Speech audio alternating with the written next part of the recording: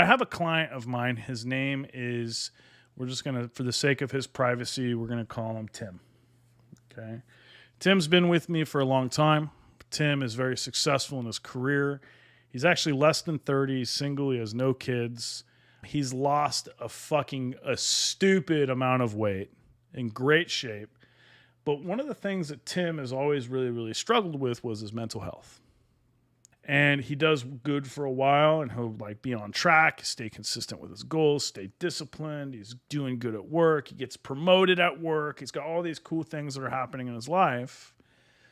And then out of nowhere, something will happen. You know, it could be a breakup. It could be the loss of a family member. It could be the Eagles lost the Super Bowl. Like, it doesn't really fucking matter what it is, but he'll have like a trigger moment occur in his life. And when those moments occur, for him, he lives in this kind of all or nothing mindset, where if I stop hearing from him, I know that I need to get him on the phone or get a hold of him or check him in some way, because he's completely gone off the fucking deep end as far as being on track is concerned. And I think this is a very common problem that occurs for a lot of people when it comes to their health and their fitness and kind of being on track towards their personal growth and personal development, is they live in this all or nothing single frame of mind, a way of thinking, where, you know, good examples for the workout guys. A lot of times people won't stay on track with their nutrition unless they're staying on track with the gym. Some guys, they have a hernia or they have some type of injury or they have a surgery, or for whatever reason they can't get into the gym for a few weeks. The second they stop going to the gym in their regularly scheduled times or their routine, they immediately use that as an excuse to fall off on their nutrition. And I hear this all the time. Hey, I injured this and I can't lift for X amount of weeks. What should I do to make sure I don't lose my progress? Well, the first step is don't lose your nutrition. Stay on track with your food. Be consistent with your food. There's no reason for you to stop doing nutrition just because you can't do this over here. And so we live in kind of this single frame of mind where we think, hey, if I am not doing this, then that justifies me not doing this, and this. And it creates stagnance and it impacts their progress and the results that they see. And so a good example with my client, Tim, is he has this distraction that occurs in his life. And now suddenly he's not staying on track with his food. He's missing days in the gym. He starts going out and drinking. He sleeps on the goals that he has. His performance at work starts to struggle. And it's like one thing after another, after another, after another. And so I was talking to him, and I actually texted him last night because I saw he had missed a couple days. And I was like, hey, pull your head out of your ass. Tomorrow morning, get the fuck to the gym and do your fucking workout. And he texts me the next day. He's like, sorry, man, I'm just like in this place where I'm trying to figure out what's going on. Why do I keep getting into these ruts? What's causing me to go into this downward spiral in my life where it seems like every 3 to 6 months, I go off the deep end and completely lose everything. And I had a couple of points to make. The first thing is everybody goes through events. We'll call those events distractions, speed bumps, hurdles, challenges, obstacles, whatever you want to call them. Your life is not going to be perfect. You're going to live in a world where these distractions, they exist.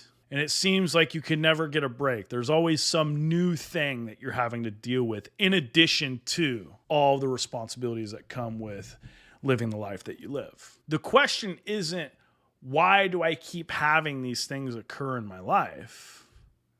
Because those are outside of your control most of the time. The question is, why is it that you are allowing those things to stop you from making progress towards the things that you can control? And so we live in this world where all we should be and need to be focusing on is what we can control, period. Regardless of what the situation is, regardless of how it may or may not be your fault. We've spent a lot of time in the past talking about accountability and ownership. It's imperative that you understand that your responsibility as a man is to focus on what you can control. I'm sure you guys know the serenity prayer.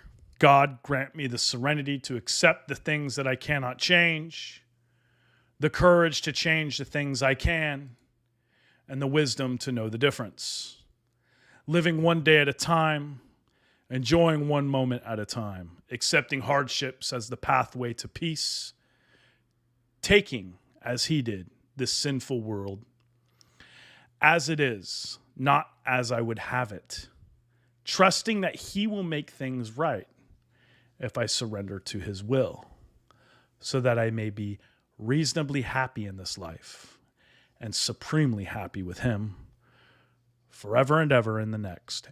Amen. What that prayer is saying is very simple. Accept the things that I cannot change for what they are, things that I cannot change, and have the courage to change the things that I know I can. And it's the same thing that I was saying, is in your life, you're going to face obstacles. You're going to face challenges. You're going to go through stints of depression. You're going to go through periods of time where you don't want to, and maybe the degree of motivation that you have is minimal. And being able to make it through those challenging times, those obstacles, those distractions, those moments when you don't feel your best, when you don't feel like it, when you're not performing at your max capacity and you feel like you've peaked, and continuing to push forward and not allowing those distractions and those obstacles to stop you, and being okay with moving slowly forward instead of moving forward fast. As long as you're moving forward, you're making progress. And the difference between the people who become great, become successful, and the people who continue to relive the same 5 years of their life over and over and over is the ones who create success do not allow those distractions to deter them from creating progress in the things that they want to create for their lives. You are always going to have challenges, distractions, obstacles, tribulations, whatever the fuck you want to call them. They're always going to be there. There's always going to be some new drama or fucking problem that shows up in your life. Regardless of how fucking hard you're working, putting your nose down and fucking grinding, there's always going to be something. And even when there isn't some drama, I can tell you a lot of the guys that I see who have a successful marriage, good relationship with the kids, everything is great. Out of nowhere. Fucking out of nowhere. Just wake up one day and just be like, I just don't feel like it. I'm just tired. I don't know what's wrong. I'm struggling with creating purpose for myself, and I'm not quite sure what that means. And now it's affecting my drive and my ambition to continue doing the things that I'm already doing. We deal with this all the time. If you want to be great, really fucking great, and leave a lasting impression upon the world, you have to understand that you're going to have to go years and years and years and years of being consistent and not seeing fucking progress, not being appreciated, not getting accolades, not getting recognition, not getting a pat on the back. People are going to question your fucking sanity.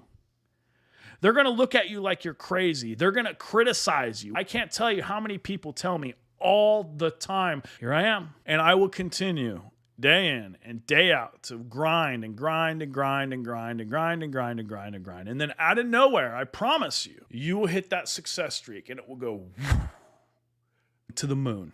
Success is not this fucking linear, straight up and down line.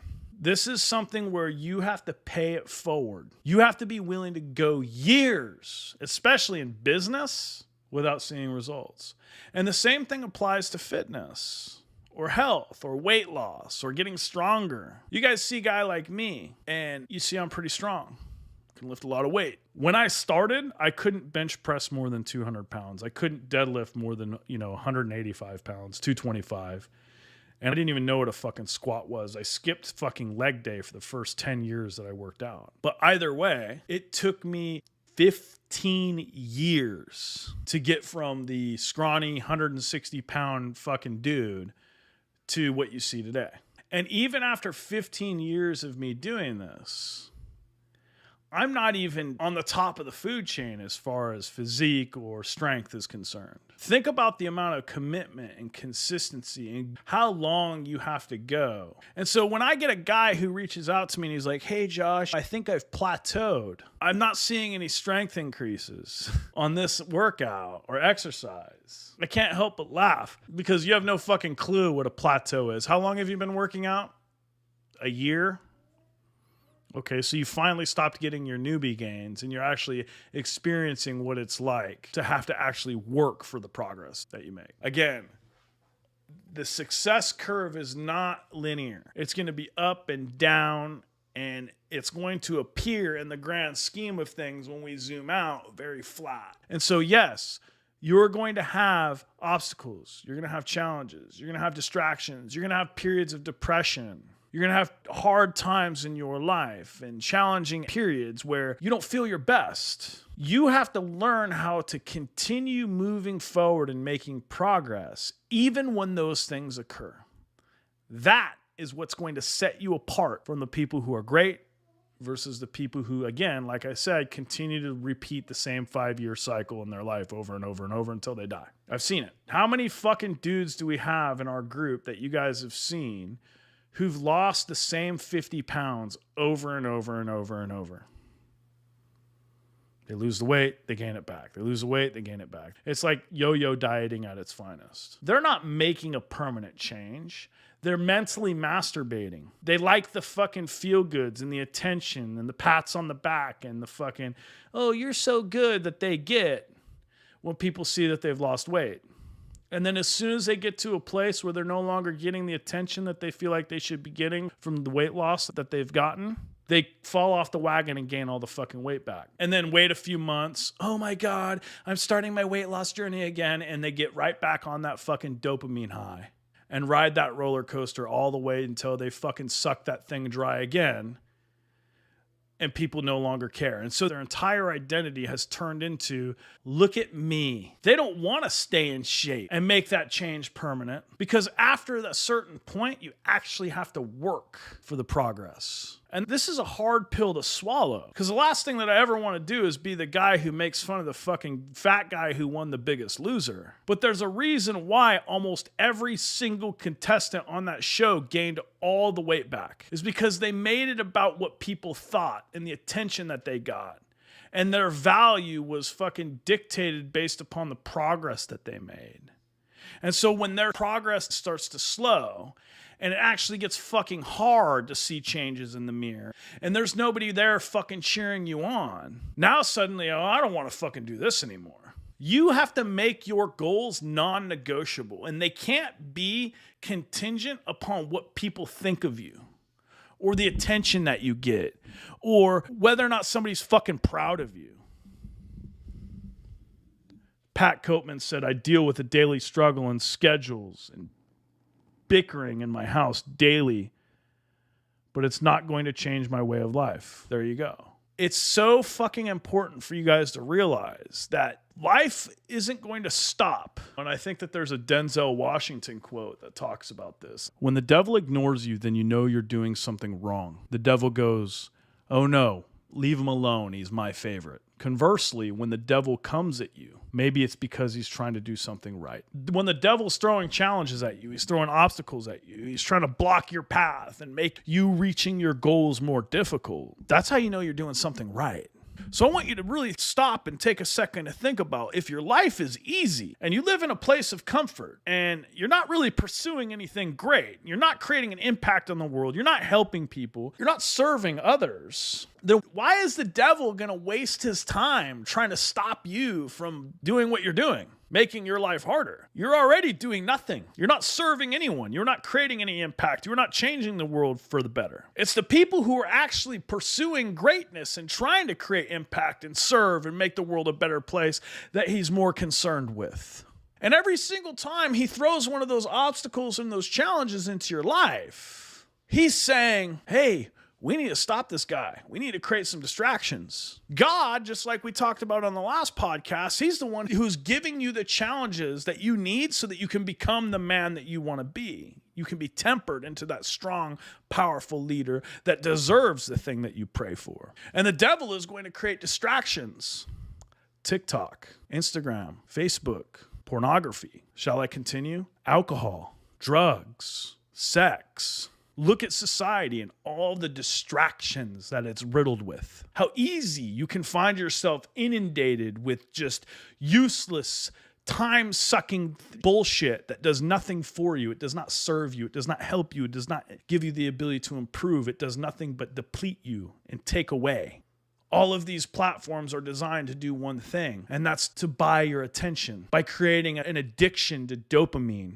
That's what the devil wants for you. He wants you fat, stupid, and lazy, sucked into quote-unquote culture or pop culture. God is giving you the challenges that you need to become that man. Challenges in morality, ethics, intellectual challenges, physical challenges, the things that are helping you grow. And so think about where you're investing your time and how you're allowing these distractions or these challenges to shape the person that you are.